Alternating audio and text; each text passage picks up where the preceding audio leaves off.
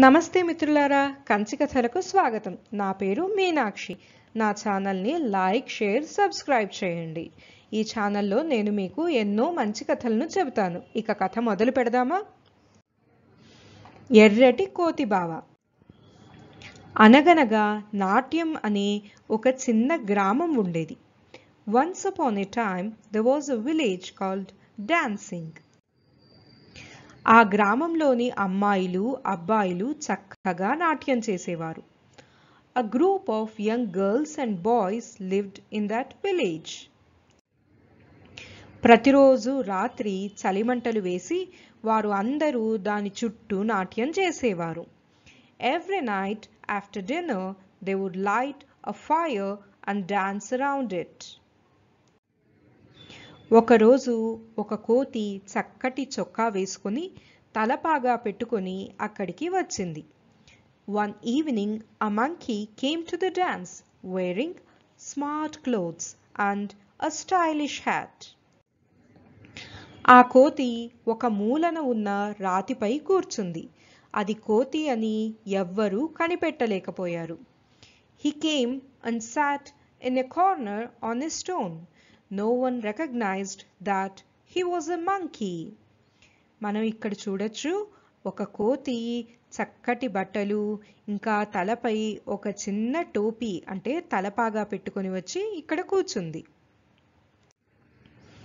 ఆ కోతి బావ తన తబలను కూడా చక్కగా వాయించాడు.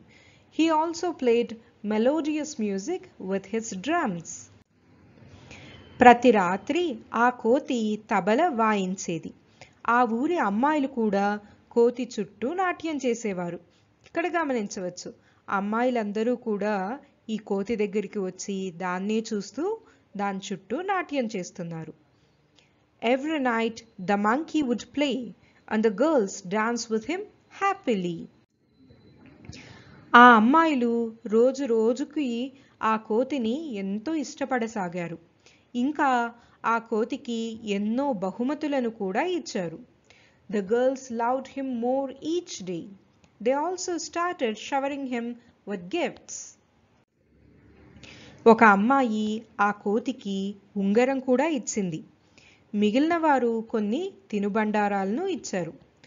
One of them gave him a ring and others gave him cookies. ఈ విధంగా ఆ అమ్మాయిలు కోతిని ఇష్టపడడం చూసి ఆ గ్రామంలోని అబ్బాయిలు చాలా అసూయపడ్డారు. ఇదిగో ఇక్కడ ఉన్న అబ్బాయిలు కేవలం వాడు మాత్రమే డాన్స్ చేస్తున్నారు, అంటే నాట్యం చేస్తున్నారు. మరి నాట్యంలో అందరూ కలిసి చేయకుండా కేవలం పక్కకు వెళ్ళినప్పుడు ఈ అబ్బాయిలకు చాలా అసూయ వేసింది.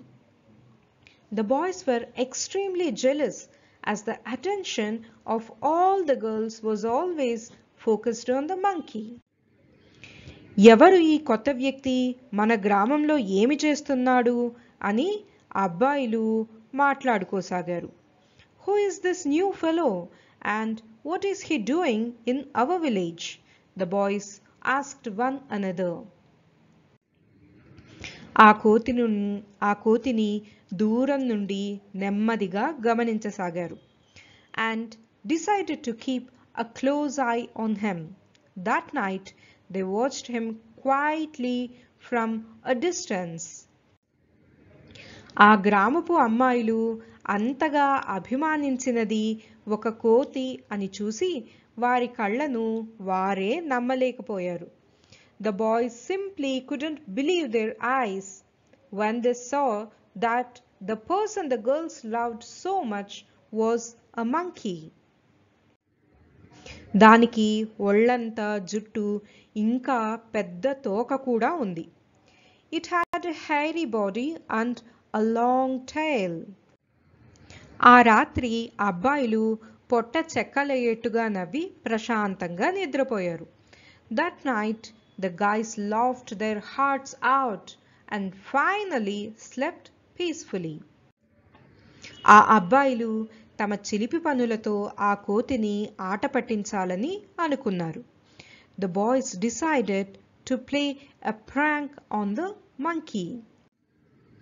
వారు చెక్కను కాల్చి ఆ కోతి ప్రతిరోజు కూర్చునే రాతి చుట్టూ పేర్చి నిప్పు కనబడకుండా ఆకులతో కప్పారు. They burnt some wood and put it around the stone here. మనం ఇక్కడ ఒక రాతిని చూడవచ్చు. స్టోన్ అంటే రాతి. Around the stone where the monkey sat every day and covered it with leaves. మనం ఇక్కడ చూడవచ్చు. ఇక్కడ చెక్కను ఎర్రగా కాల్చి అది కనపడకుండా ఆకులతో కప్పారు. ఎప్పటిలానే ఆ కోతి వచ్చి తాను ఎప్పుడూ కూర్చునే రాతిపై కూర్చుంది.